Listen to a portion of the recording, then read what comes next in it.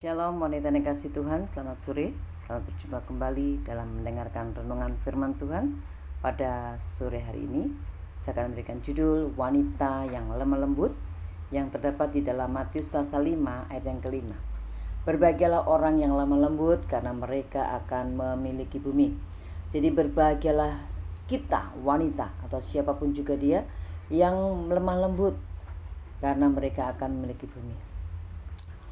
Wanita dikasih Tuhan berbicara lemah lembut di sini bukan bicara tentang keadaan fisik kita, yang berbicara dengan lemah gemulai gitu ya, bersikap manis gitu ya. Tetapi lemah lembut ini berbicara tentang keadaan hati kita, keadaan hati yang tenang dan tunduk kepada Allah, tunduk kepada suami, tunduk kepada atasan, dan tunduk pada perkataan firman Tuhan.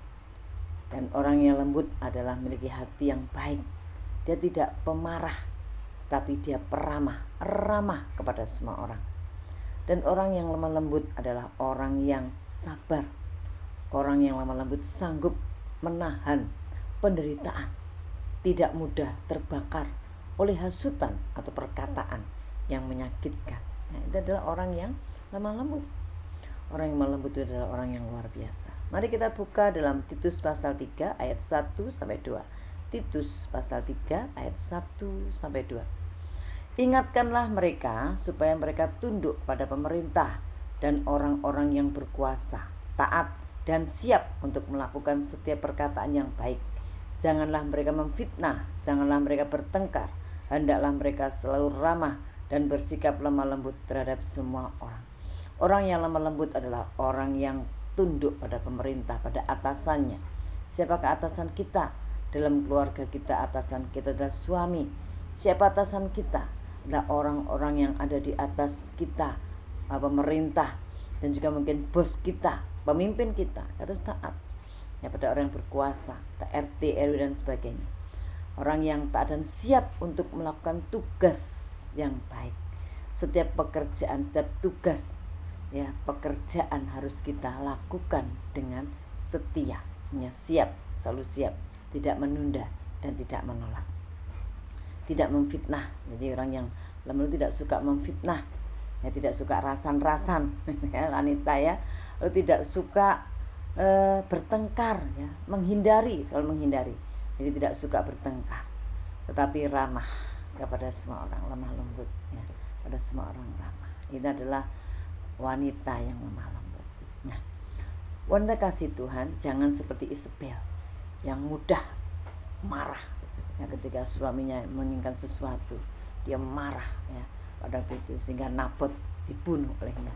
Lalu istri Ayub yang marah melihat suaminya yang sakit-sakitan, yang tidak menguntungkan, sehingga dia mau nyuruh suaminya meninggal, mati saja dan meninggalkan. Itu bukan wanita yang lemah lembut, tapi wanita yang tidak benar. Nah, siapakah teladan wanita yang lemah lembut? Yaitu adalah Naomi, wanita yang luar biasa. Dia taat pada suaminya ketika ada satu masalah terjadi dalam kotanya Bethlehem.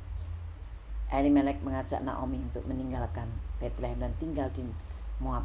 Dan Naomi sebagai seorang istri, dia tunduk pada suaminya meskipun di sana mereka bukan bahagia, tapi menderita, tetap miskin dan bahkan kehilangan kedua anaknya. Dan Naomi tetap sabar menanggung penderitaan itu ya, sampai akhirnya dia pulang ke kampung halamannya. Yang kedua, Rut, menantu Naomi. Meskipun mertuanya Naomi mengusirnya untuk pulang, tetapi Rut tetap bertahan. Rut tetap tidak tega meninggalkan ibu mertuanya. Bahkan dia mengabdikan dirinya untuk ibu mertuanya sampai akhir. Itu orang yang wanita yang melembut, dia tetap sanggup menahan, sabar ya, tetap mengabdikan diri dengan baik pada ibu mertuanya. Yang ketiga adalah Sarah. Dalam 1 Petrus 3 ayat 6 disana dikatakan Sarah adalah wanita yang taat pada suami dan menganggap suaminya adalah tuannya. Ada tuannya, orang yang harus dihargai, harus dihormati, dilayani dengan setia, dengan baik ya, itu adalah Sarah. Ya, meskipun suami kita pernah menyakiti kita dengan kata-kata kasar, dengan sikapnya yang tidak menyenangkan, tapi ketika dia menjadi wanita yang lemah lembut, dia tetap taat pada suami dan tetap menganggap suaminya adalah tuannya. Nah, bagaimanakah sikap wanita yang lemah lembut? Kita baca 1 Petrus 3 ayat 1-5. 1 Petrus 3 ayat 1-5. Demikian juga kamu, hai istri-istri, tunduklah kepada suamimu, supaya jika ada di antara mereka yang tidak taat kepada firman, mereka juga tanpa perkataan dimenangkan oleh kelakuan istrinya, jika mereka melihat bagaimana murni dan salehnya hidup istri mereka itu.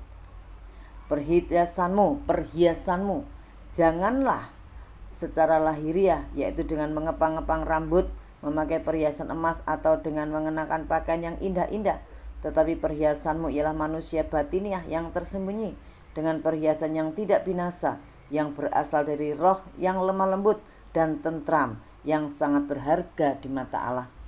Karena sebab demikianlah caranya perempuan-perempuan kudus dahulu berdandan, yaitu perempuan-perempuan yang menaruh pengharapannya kepada Allah.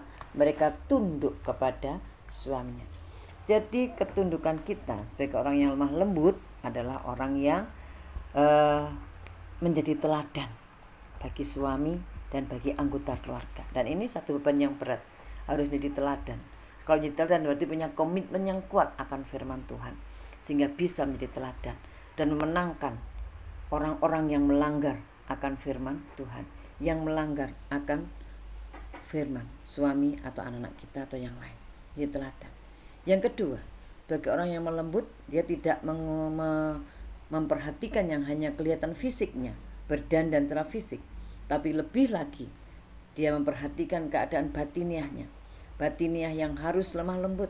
Ya, di sana batiniah dipenuhi dengan firman dan Roh Kudus, tersembunyi, sehingga dia dapat bersikap ramah kepada suami dan anak-anaknya. Ini satu hal yang sangat pembelajaran yang luar biasa di awal tahun, tetap menjadi wanita yang lemah lembut. Dan apakah upahnya orang yang lemah lembut? Yaitu di sana dikatakan mereka akan memiliki bumi, Mazmur 37 ayat 11. Tetapi orang-orang yang rendah hati akan mewarisi negeri dan bergembira karena kesejahteraan yang berlimpah-limpah. Orang yang lemah lembut, wanita yang sabar, wanita yang taat, wanita yang tenang, dia akan tetap tinggal tenang dimanapun dia ditempatkan oleh Tuhan. Di tengah-tengah situasi, di tengah-tengah anggota keluarga siapapun, dia tetap memiliki ketenangan. Dan yang lebih luar biasa lagi, dia akan bergembira karena kesejahteraan yang berlimpah-limpah.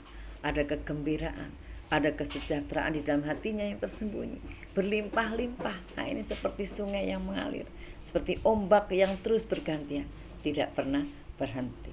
Kita bersukacita. Ini wanita kasih Tuhan, perhatikan baik-baik, luar biasa di awal tahun. Mari kita tetap memiliki kesejahteraan yang berlimpah-limpah, hati yang penuh gembira, karena sejahtera membuat kita sehat. Apalagi di masa pandemi yang sulit ini, biarlah kita tetap tenang, tetap tunduk percaya kepada Tuhan. Puji Tuhan, shalom dan kasih Tuhan, selamat sore, Tuhan memberkati.